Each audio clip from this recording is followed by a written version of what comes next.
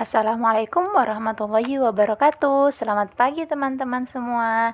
Alhamdulillah, kita bisa bertemu kembali di pelajaran mata kuliah embriologi yang diampu oleh Ibu Sari Indriani MPD.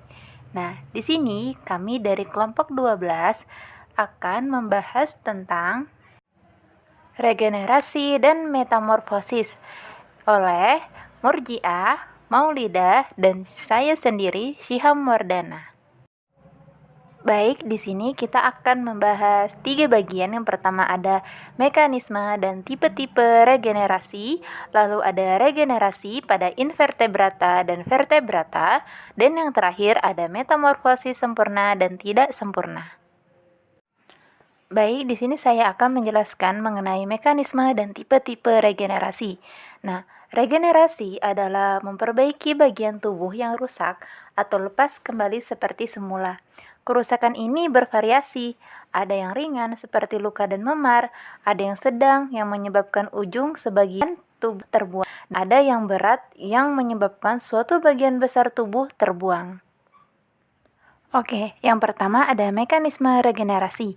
Nah, pembentukan kembali proses-proses morfogenetik pada tahap lanjut dari siklus ontogenetik adalah dengan cara destruksi sebagian sistem yang telah berkembang sebagai hasil perkembangan sebelumnya. Organisme khususnya golongan hewan memiliki kemampuan untuk memiliki dan memperbaiki kerusakan-kerusakan bagian tubuh secara ekstensif baik akibat kecelakaan pada kondisi alamiah maupun akibat disengaja dalam suatu percobaan. Dalam proses regenerasi, melibatkan berbagai proses yang serupa dengan yang terjadi pada bagian perkembangan embrionik.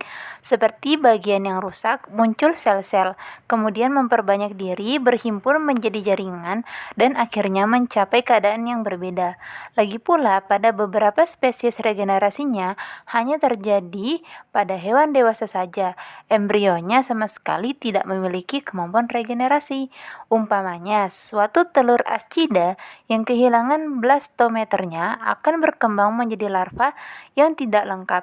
Misalnya lagi Annelida, kehilangan sel 4D-nya akan kehilangan sebagian besar mesodermnya. Padahal ascida dan Annelida ini dewasa, mereka sama-sama memiliki daya regenerasi yang tinggi selama kehidupan dewasanya. Kita lanjut ke regenerasi anggota tubuh amfibia.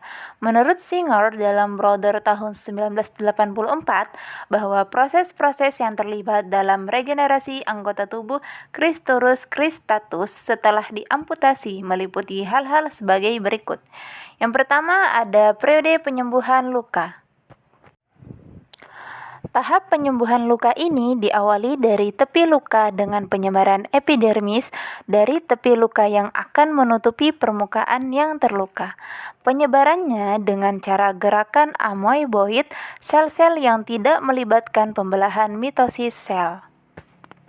Lalu yang kedua ada periode penghancuran jaringan, di mana setelah proses penutupan luka, proses lain yang sangat penting dalam regenerasi adalah terjadinya dediferensiasi jaringan-jaringan yang berdekatan dengan permukaan luka. Dediferensiasi didahului dengan histolis jaringan-jaringan di dalam puntung secara besar-besaran. Jaringan yang telah terdiferensiasi seperti otot, tulang rawa, tulang ikat, matriks interselulernya hancur dan melepaskan individu sel-sel mesenkim yang merupakan sel-sel awal dari jaringan yang telah berdiferensiasi tersebut. Lalu yang ketiga ada periode pembentukan blastema. Sel-sel mesenkim yang dilepaskan selama diferensiasi tertimbun di bawah epidermis. Sel-sel berproliferasi cepat dan menyebabkan epidermis menjadi semakin menonjol. Masa sel-sel mesenkim ini dinamakan blastema regenerasi. Lalu yang keempat ada diferensiasi morfogenesis. Jaringan pertama yang berdiferensiasi dari blastema adalah tulang rawan. Mula-mula muncul pada ujung tulang sejati dan terjadi penambahan secara progresif pada distal bagian ujungnya. Ketika konstruksi tulang menjadi sempurna, rangka yang telah beregenerasi berubah menjadi tulang. Berikutnya otot terbentuk di sekitar tulang rawan, sedangkan pembuluh darah tidak jelas pada tahap konstruksi awal.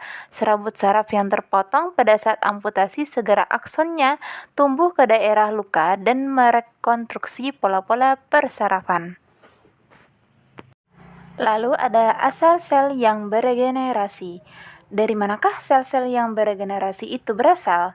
Pada uraian sebelumnya bahwa sel-sel blastema yang terlibat dalam regenerasi anggota tubuh berasal dari hasil diferensiasi selama penghancuran jaringan histolis, di mana alternatif ini menyatakan bahwa sumber sel-sel blastema berasal dari sel-sel cadangan yang bergerak dari wilayah lain sebagai akibat amputasi. Lanjut ke pengaturan dan pemeliharaan polaritas.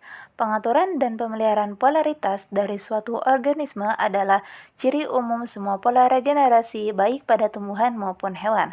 Contoh jelas dipertahankannya polaritas diperlihatkan pada anggota badan Urodela. Apabila anggota badan Urodela diamputasi, kemudian puntungnya disiapkan ke dalam otot punggung yang telah disayat dan dibiarkan.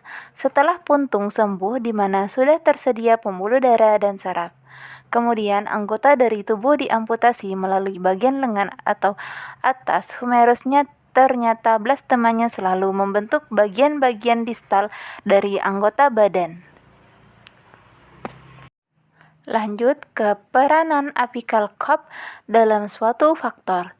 Setelah anggota badan diamputasi, segera epidermis kulit menutup luka dan berproliferasi untuk membentuk struktur apical epidermal cap atau AEC yang berlapis banyak multilayer. Telah dibuktikan bahwa AFC telah jika ditransplantasi ke bagian dasar suatu blastema anggota badan, menginduksi pertumbuhan sekunder dan perlengkapan anggota badan. Selanjutnya ada tipe-tipe regenerasi. Menurut Luqman tahun 2009 ada tipe-tipe regenerasi, yaitu yang pertama ada regenerasi morfolaksis, yakni suatu proses perbaikan yang melibatkan organisasi bagian tubuh yang masih tersisa untuk memulihkan kembali bagian yang tubuh yang hilang. Lalu yang kedua ada regenerasi intermediate, melibatkan pembelahan sel-sel tetapi mempertahankan fungsi sel yang telah terdiferensiasi. Lalu yang ketiga ada regenerasi hemiporfik, merupakan salah satu tipe regenerasi yang melibatkan diferensiasi struktur dewasa untuk membentuk massa sel yang belum terdiferensiasi.